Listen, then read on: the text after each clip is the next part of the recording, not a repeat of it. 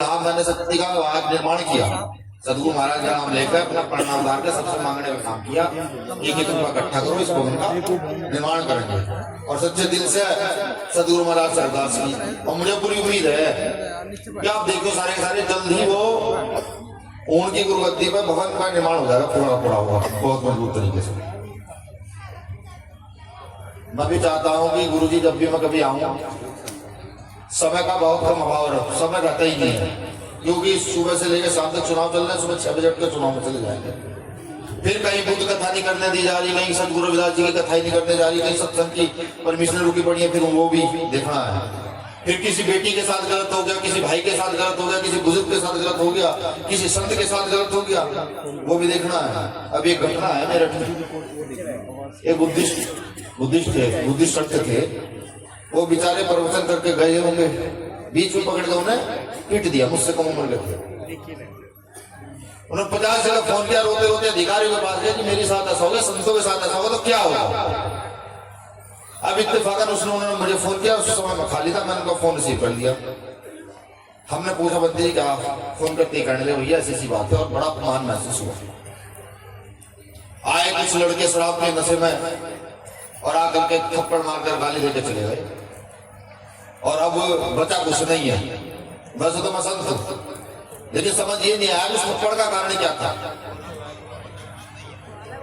अब उस बात को सुनकर के अंदर ही अंदर आत्मग्लानि महसूस हुई खुद को। मेरी गाल में थप्पड़ नहीं लगा, लेकिन खुद को आत्मग्लानि महसूस हुई, इसलिए कि एक संत की गाल पर चाटा लग रहा, और हम जैसे लोगों के पैदा होने के बावजूद जो अपना डंका यहाँ की राजनीति में पूरी ताल ठोकर कहते हैं कि गुरु रविदास जी महाराज का सपना पूरा करके दिखाएंगे, समझदार जी का आशीर्वाद उनके आंदोलन को बढ़ा कर दिखाएंगे, ताल ठोक कर कहते हैं संसद से लेकर सड़क तक पूरी मजबूत जमीन के कार्यकर्ता कहता है। पूरी टीम लगाई जब दिमागी, सबको बात सारे काम छोड़ दो। डायरेक्ट एसएसपी का जाकर कहा कि अगर ये 4 घंटे में मुकदमा दर्ज होकर गिरफ्तारी ना हुई ना, तो मेरठ में तांडव किया जाएगा भिवानी का। वो तांडव होगा कि मेरठ की एक व्यवस्था चलने नहीं दी जाएगी, आगे सड़क पर बैठे। 5 घंटे नहीं लगे साहब, 4 घंटे में गिरफ्तारी करनी पड़ी। उन संत का फिर फोन मुझे आया, कहने आपको हमारे यहाँ बहुत कथा होगी तब आना है। तो मैं वहां गया, उन्होंने सदगुरु रविदास जी की फोटो, प्रथागत बुद्ध की, बाबा साहब की फोटो लगा रखी थी। आदमी 50 थे सिर्फ। मैं सारा काम छोड़कर वहां गया, इसलिए गया कि उनको शक्ति का एहसास हो, उनको ये लगे कि नहीं कोई ना कोई है ऐसा भी जो लड़ने और मरने के लिए भी तैयार है। बिल्कुल वहां पहुंचा, 50 लोगों को भाषण देकर आए। 50 लोग थे, 500 पुलिस वाले खड़े थे वहां। 50 लोग मेरे साथ गए थे, 500 पुलिस वाले। यह सेवा शक्ति का नाम किया सदगुरु रविदास जी महाराज। बखूबी याद है गुरु जी, जब दिल्ली में सदगुरु रविदास घर टूटा और हम आंदोलन में 96 लोग गिरफ्तार हुए, हम पहले पकड़े जाने वाले 7 लोग थे। पुलिस रात को जब डंडा बजाती थी ना, ये कहती थी बनाओगे मंदिर, हर लट पर कहती थी बनाओगे मंदिर, मुंह से ही बात निकलती थी हाँ बनाएंगे, जो तुमसे करना तुम करो, जो हमसे करना हम करेंगे। और ताकत दिखाई थी, क्षमता दिल्ली में दिखाई गई तो सब। लेकिन भीम आर्मी ने, सदगुरु रविदास जी ने वो जो बात कही है ना कि जात में जात है जैसे केले में पात, जात में जात है जैसे केतन के पात, रविदास से मानुष न मिल सके जब तक जात में जात है। हमने वो काम करके दिखाया था कि गुरु रविदास जी कह रहे हैं कि यहाँ जाति में जाति है, जैसे केले के पेड़ से छिलक उतारते जाओगे केले का पेड़ खत्म होगा, लेकिन जाति खत्म नहीं होगी। उस प्रकार से यहाँ जातियां हैं कि रविदास से तुम अब तक नहीं मिल सकते जब तक तुम अपनी जातियों को छोड़ दो, जातियों को दूर कर दो। बीमारी में लेकर पहुंची थी वहां, महाराष्ट्र का मार, उड़ीसा का डूम, बिहार का पासी पासवान, उत्तर प्रदेश का चमार, हरियाणा से धानुक, हर जाति के व्यक्ति को बीमारी में लेकर पहुंची थी वहां जब सदगुरु रविदास मंदिर का आंदोलन हुआ था। और सबसे अगले पंक्ति में गोली खाने के लिए हम लोग खड़े थे, सबसे अगली पंक्ति में थे। आप जितने फोटो वीडियो देखना, सबसे अगली पंक्ति में भाई चंद्रशेखर आजाद डंडा लेकर आ गए थे कि नहीं गोली लगे तो पहले हमारे लगे। खूब कूटा था पुलिस ने। आज भी चंद्रशेखर भाई की रेडी में इतना गैप है, चल नहीं पाते, दवाई नहीं खाएंगे तो चल नहीं पाएंगे। मैं ये सिर्फ इसलिए बता रहा हूं कि प्रवचन दे सकता हूं, पढ़ा लिखा आदमी हूं, बाबा साहब को मानता हूं, सदगुरु रविदास जी को पढ़ा है, पूजा नहीं की, पढ़ा है उनको। उन्होंने कहा ना कि चाहूँ ऐसा राज मैं मिले सबन छोट बड़े सब संग बच रहा 10,000%। इस दोहे के बिना राजनीति शुरू नहीं होती इस देश की। लेकिन 600 साल पहले बाहर किन लोगों को कहा था पता है? अब से 600 साल पहले बनारस के ब्राह्मण जब शास्त्रात्मक गुरु महाराज से आ गए ना, उन्हें पालकी में बिठाकर पूरे बनारस का चक्कर लगाया था। और इस देश में जो राजतंत्र के राजा रहे हैं उनको कहा था सदगुरु रविदास जी महाराज ने कि ऐसा राज चाहता हूं मैं, कैसा राज स्थापित करना है। वो तो नहीं कर पाए, हम करके दिखाएंगे कि सदगुरु रविदास जी महाराज का राज कैसा था और कैसा है, कैसा होना चाहिए। आज भीम आर्मी को देश में कुछ लोग कहते हैं कि आतंकवादी हैं, कुछ लोग कहते हैं मुकदमे लगाते हैं, कुछ लोग कहते हैं ये लड़ते हैं। लेकिन गरीब आदमी से जब आप जाकर पूछेंगे भीम आर्मी करती क्या है, कि भाई पहले मेरी सड़क पर चलती बेटी को छेड़ देते थे लोग, लेकिन जब से भीम आर्मी के लोग आए हैं नीलापन डाल के, उनकी हिम्मत चू नहीं पड़ती करने की। उन्हें बताया कि अगर चू कर दिया तो बाप तुम्हारे तैयार हैं अलग से जुबान खींचने के लिए। काम कर सकते पूरे देश में जाना जाता है। मैंने इसलिए कहा कि हम सत्संगों में गला साफ कर देने आते ना, तो सत्संगों में सीखने और सिखाने आते हैं। मैं आता हूं सत्संग में कभी भी। कल मैं सत्संग में था, गुरु रोशनीदास जी का सत्संग में बड़कला वहां पर था। उसके बाद फिर मुजफ्फरनगर चुनाव में था। आज का पूरा दिन, क्योंकि आज चुनावी ड्यूटी मेरी जो है वो नहीं लगी, आज पूरा दिन मैं अपने गांव गया। गांव जाकर क्योंकि खाने की व्यवस्था करनी है, अपने धान उठाए, धान छत पर डाले सूखने के लिए। और फिर मुझे पता लगा कि यहाँ मुझे आना है। मेरे साथ लगा कि आपको सत्संग में बुलाया गया। तो एक परिवार में शादी भी थी, मैडम की रिश्तेदारी में। अब वो रास्ते में पड़ती है, बच्चे मेरे भी रास्ते में है। अब यहाँ से जाऊंगा और उठाऊंगा, घर जगह जाऊंगा।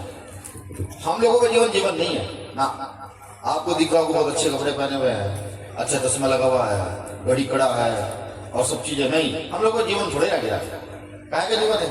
रात को 2 बजे फोन कहा एक बार यहाँ से, इसी गद्दी से फोन आया था रात को 11:30 बजे कि यहाँ पर हमला हो गया है। 12 बजे मेरी टीम आती है, बैठे हुए लोग ये उनके तरीके सारे लोग आते 12 बजे जब यहाँ पर हमला हुआ। तो हमारी तो हत्या कब हो, हमारा कब, हमें खुद नहीं पता कि जीवन इतना है, यात्रा लंबा है। आपसे जाते कुछ हो जाए, चंद्रशेखर भाई के बताओ, बिना वजह गोली मार दी, बिना वजह। वो किसी को गाली देते हैं क्या करते हैं? अपने संतों गुरुओं का जो आंदोलन, रुका हुआ आंदोलन, उसको आगे करते हैं, उसको बढ़ाने का काम करते हैं कि कैसे बढ़ाएं, कैसे समाज में सुधार लेकर आए। मैं हर सत्संग में कहता हूँ जाकर के कि हम सत्संग में तो आ रहे हैं। मैं भी आपसे सवाल पूछ लूं, बताओ आप दूसरी बिरादरी कितने लोगों को लाए सत्संग सुनाने के लिए? आप खड़ा करके बताओ एक भी आदमी लाए हो क्या? और नहीं लाए तो क्यों नहीं लाए? सतगुरु महाराज के जमा जाती है। उन्होंने जब साफ साफ कह दिया कि जातियां तोड़नी है, जातियों को आगे नहीं बढ़ने देना है और लोगों को बताना है समता समानता क्या है, बराबरी क्या है, क्या हम काम कर रहे हैं? नहीं कर रहे। देखिए, मैं ऐसे गुर्जर समाज के लोगों से मिला हूं, ऐसे सैनी समाज के लोगों से मिला हूं जिन्होंने गुरु जी की वाणी को जब पढ़ा तो वो पूरे के पूरे गुरु जी के हो गए, कुछ नहीं बचा। सब आडंबर से साइड कर दिया, सिर्फ संत श्रीमणी सदगुरु रविदास जी महाराज के होकर चले गए। आज पूरे देश में सदगुरु महाराज का जो जाति तोड़ने का जो सपना था, उसको किसी व्यक्ति ने समझा तो एक इंसान ने समझा होता, डॉक्टर बाबा साहब अम्बेडकर।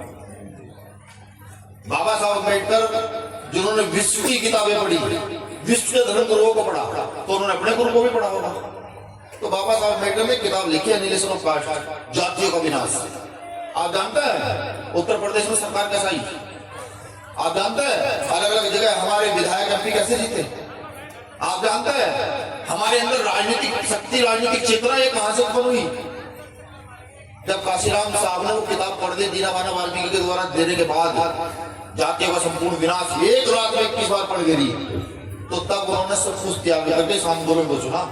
जो आंदोलन बुद्ध का आंदोलन है, जो आंदोलन सतगुरु रविदास का आंदोलन है, जो आंदोलन स्वामी समंदास का आंदोलन है, जो आंदोलन यहाँ बैठे हुए हर संत का आंदोलन है, इसको चुना और तब जाकर के गुरु महाराज का सपना स्थापित करने का काम किया।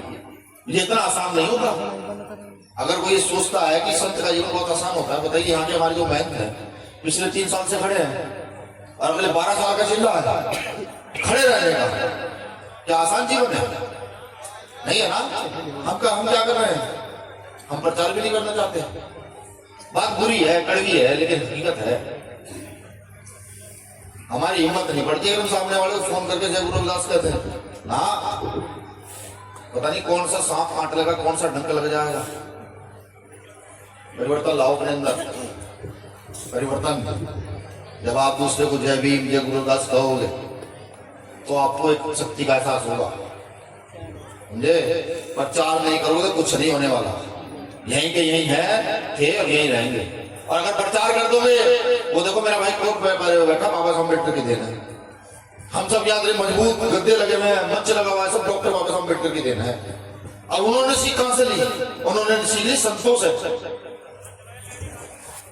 सदगुरु महाराज का दोहा के 54वें राज्य में, ये दोहा बाबा साहब अम्बेडकर ने संविधान में लिख रखा। पढ़ने वाले की निगाह का फेर है, हमने पढ़ा समानता के अधिकार में। इस देश में किसी की औकात नहीं, प्रधानमंत्री की भी इतनी हिम्मत नहीं कि समानता की बात को टाल दे। धार्मिक समानता, राजनीतिक समानता, आर्थिक समानता, सामाजिक समानता, हिम्मत है किसी को आपको कहते हैं तो मेरे घर में ये चलती जाति का है, फॉरेन एक्सचेंज चेक के मुकदमा दर्ज होगा। बाबा साहब अम्बेडकर ने समझा गुरु रविदास जी को, हम नहीं समझना पड़ेगा, समझना पड़ेगा, जानना पड़ेगा। सबसे महत्वपूर्ण चीज प्रचार है। अगर अपनी शक्ति का, ताकत का निर्माण करना, वाकई गुरु समझदार जी ने किया क्या बताइए? प्रचार क्या नहीं किया? चारों दिशाओं में जाकर प्रचार किया, और प्रचार करने का नतीजा कि आज हम सब लोग सुधरे हुए हैं। ये बैठी मेरी माए बहने का अभी पूछूं, जब से तुम्हारे पतियों ने, भाइयों ने, पिताओं ने दारू छोड़ दिया, घर में उन्नति हुई या नहीं हुई? हुई है ना अभी तरक्की? जब से गुरु जी की शरण में हम लोग आए, हमारे घर की तरक्की हो रही है नहीं हो रही? हो रही है ना। तो ये तरक्की इसलिए तो हो रही है कि जो काम हमारे संतों ने करा वो हमें भी तो करना होगा। देखो, हम तो चीख का हर मंच से, वो मंच की सदा भी हो। और अगर माई भीम आर्मी के कार्यकर्ता के हाथ में, वो चाहे कार्यकर्ता चंद्रशेखर आजाद हो, वो चाहे कार्यकर्ता विनय रतन हो, वो चाहे कार्यकर्ता यहाँ अंकित हो, वो चाहे कार्यकर्ता यहाँ अनिल हो, वो चाहे कार्यकर्ता मेरा कोई सा भी कार्यकर्ता हो, वो सदगुरु रविदास जी का नाम पूरी ताकत और पूरी शक्ति के साथ लेता है। आज तो मैंने गुरु महाराज का नाम शक्ति से नहीं लिया, लेकिन पूरी शक्ति से लिया जाता है। दूंगा जब जाऊंगा यहाँ से।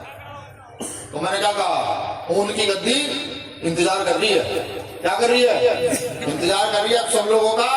उसे हम बना सकते हैं सिर्फ रोज 10 रुपए इकट्ठा करके घर के अंदर। इतनी तो हिम्मत है नहीं है।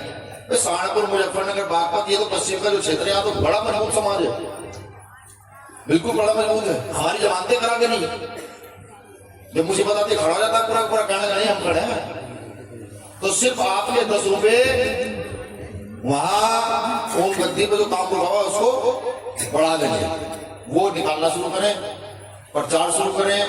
और एक महत्वपूर्ण बात माता बहनों के लिए है, 2 नावों में पैर रखने वाला व्यक्ति डूबता है, पुरानी कहावत है। 2 नावों में पैर रखोगे डूब जाओगे, एक नाव में पैर रखो, चाहे तो रख लो सदगुरु महाराज वाली नाव में, और चाहे रख लो दूसरी नाव में। तय कर दो कौन सी में रखना है। अगर दोनों नाव में पैर धर के चलते रहोगे तो ना इधर के रहोगे, ना गुरु ज्ञान मिलेगा, ना दूसरा ज्ञान मिलेगा। एक नाव में पैर रख लो और वहीं लग जाओ, बस वही है सब कुछ, और कहीं कुछ नहीं है। गुरु रविदास जी को पढ़ना शुरू करोगे, अगर 10 मिनट सुबह गुरु रविदास जी का ध्यान भी करना शुरू करते हैं ना, ध्यान भी, तो मैं कह रहा हूँ भूत प्रेत आत्मा सात्मा कोई दौरे नहीं लग सकती, हमारी दौरे लगती। हाँ, वो 4 कदम पीछे हटते थे ना भाई, ये तो सदगुरु महाराज के सेवक हैं, इनके पीछे। तो ये काम आपको करना होगा, और ये सिर्फ आपके लिए नहीं ना। स्वामी समनदास जी महाराज जब तक जीवित रहे, चलते रहे, मैंने जब भी उन्हें देखा कि वो बुजुर्ग खाट हो गए ना, बिल्कुल मतलब बैठने की हिम्मत नहीं थी, खाट पे तकिया लगा के ऐसे लेटे और आशीर्वाद दे रहे, हाथ खींच के आशीर्वाद देते, किसी को धमकाना, किसी कुछ कर रहे, यानी कि चलते रहे। तो अपने जीवन में सुकून मत लेना। अगर ये आंदोलन पुरखों का आंदोलन आगे बढ़ा रहा है, तो जितना कष्ट खुद को दोगे उतनी आने वाली नस्लें सफल होंगी। सदगुरु स्वामी समनदास जी महाराज अगर कष्ट न सहते ना, तो हम इतने सारे लोग सुधर पाते क्या? बताओ, सुधर पाते क्या? आज हर गांव में उनके मानने वाला है। आज कोई व्यक्ति उन्हें अब शब्द नहीं बोल सकता, हर व्यक्ति उनका सम्मान करने वाला है। कैसे? कि उन्होंने अपना जीवन कष्ट में बिताया, पूरा प्रयास किया हम लोगों को सुधारने का। तो ये काम आपको भी करना है। इसलिए जो आने वाली नस्ल है ना हमारी, ये जो छोटी छोटी बेटियां हमारी बैठी हुई हैं, ये छोटे छोटे भाई जो बैठे हुए हैं, कि कल जब ये हम जैसे बढ़े तो इनको भी वो आदत रहे परिश्रम की आदत रहे, सुधार की आदत रहे, कि इनको भी अपने पुरखों का आंदोलन आगे बढ़ाना है, अपने महापुरुषों को स्थापित करना है, तब ये जाकर के हो पाएगा। अंत में बस एक बात कहूंगा, समय बहुत कम ले लिया, बहुत कम समय लेना था। ये सत्संग हमारे शक्ति केंद्र है। क्या है? शक्ति के केंद्र। यहाँ से ताकत का निर्माण होता है। कौन सी ताकत? पहली ताकत का निर्माण होता है सामाजिक ताकत। समाज एकजुट होता है, आपस में चर्चाएं करता है। जब समाज एकजुट होता है तो उसमें शादी ब्याह भी होते हैं, आपसी भाईचारा मिलता है। कोई बीमार हो, हारी हो, बीमारी हो, कुछ हो तो सूचना देता है, भाई आप वहां चले जाओ, वहां दिखाओ, अच्छे डॉक्टर हैं, या वहां चलते हैं। दूसरा तक निर्माण होता है धार्मिक ताकत। धार्मिक ताकत क्या? धार्मिक ताकत ये नहीं कि आपने धूपबत्ती लगा रखी है ना, आपका आत्मज्ञान बढ़ता है, आत्म शांति बढ़ती है। आप कितने भी परेशान हो, गुरुओं का नाम लो, बैठ जाओ 10 मिनट गुरुओं का ध्यान करो। कितने परेशान हो, 10 मिनट बाद आपको सुकून मिलेगा। कभी करके देखना, जिसने नहीं किया वो करके देखना। संतों ने तो सबने कर रखा होगा, आप में से बहुत सुने कर रखा हो, जिसने नहीं किया करके देखना कि वहां से आपको आत्मज्ञान मिलेगा, एक ताकत नहीं कुछ आप पैदा होगी। ठीक। तीसरी बढ़ती है आर्थिक शक्ति। कैसे? कि जब आप अपने पैसे को कहीं इधर उधर खर्च नहीं करोगे, आडंबर में नहीं गिरोगे, नशे में नहीं गिरोगे, फालतू के खान पान में नहीं गिरोगे, अपने पैसों को सेफ रखोगे तो आर्थिक ताकत बढ़ेगी। जब आर्थिक ताकत बढ़ेगी तो सोचने की ताकत भी तो बढ़ेगी। और सबसे महत्वपूर्ण शक्ति है राजनीतिक शक्ति। कि आप ये यहाँ से सत्संग से जो हमारे ये जो दत्थे विदत्थे इकट्ठा हो रहे हैं, यहाँ जो एकजुटता फैल रही है, संतों की जो वाणियां आप लोगों के बीच में जाती है, उन वाणियों ने संत क्या करें, उनको पूरा कैसे करना है। क्योंकि आज देश में लोकतंत्र है। अगर हम सऊदी अरब में होते तो वहां लोकतंत्र नहीं है, महाराजाओं को काम करना पड़ता, क्योंकि यहाँ लोकतंत्र है। तो यहाँ लोकतंत्र के हिसाब से हम सबको मिलकर काम करना है, अपनी राजनीतिक शक्ति का निर्माण करना है। और जब आपकी राजनीतिक शक्ति का निर्माण होगा तो डॉक्टर अम्बेडकर ने कहा है कि राजनीतिक शक्ति हर समस्या का समाधान है, वो चाबी है। कि कहीं आपका सत्संग ना हो रहा हो, प्रशासन न दे रहा हो, अगर आपकी राजनीतिक ताकत है, किसकी हैसियत है? नहीं खड़े होंगे सबके सब लाइन लगा के कर्मचारी, भाई आज सतगुरु रविदास जी का सत्संग है, सब लोग आएंगे, और 50 नहीं 100 पुलिस वाले यहाँ खड़े करने। समझ रहे हो?